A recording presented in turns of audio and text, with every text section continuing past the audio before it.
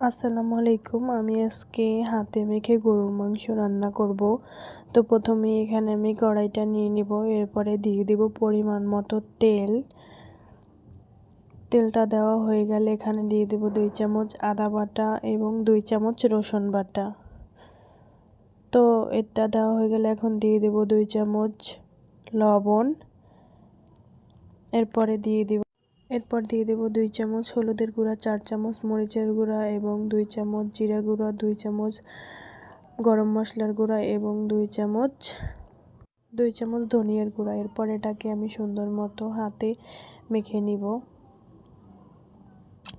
সুন্দর মতো যত মাখাবেন ততই ভালো। এরপর আমি পেঁয়াজ দিতে ভুলে গেছিলাম, তো পেঁয়াজটা দিয়ে দিলাম। পেঁয়াজটা দিয়ে মেখে ঢাকনা দিয়ে ঢেকে সুন্দর করে আস্তে আস্তে কষাতে থাকবো। তো আমার একবার কষানো সুন্দর মতো হয়ে গেছে। এরপর আর একটু ঝোল দিয়ে আমি কষিয়ে নেব সুন্দর মতো, যেহেতু গরুর মাংসটা সেদ্ধ হতে একটু সময় লাগে। এখানে আমি সুন্দর মতো কষিয়ে নিয়েছি। এরপর একটু হালকা ঝোল দিয়ে দেব আর একটু কষানোর জন্য। তো এখানে সুন্দর মতো কষানো হয়ে গেছে। এরপরে আমি দিয়ে দেব কেটে ধুয়ে রাখা আগে আলু। আমি আজকে আলু দিয়ে রান্না করব, এই জন্য আলু দিয়ে দিলাম।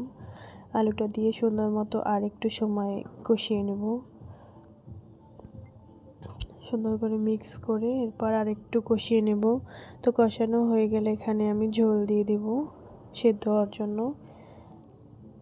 তো এই তো আমি ঝোল দিয়ে দিলাম।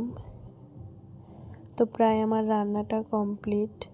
তো সবার কাছে ভালো লাগলে অবশ্যই লাইক, কমেন্ট, শেয়ার করে পাশে থাকবেন এবং অবশ্যই ফলো করবেন।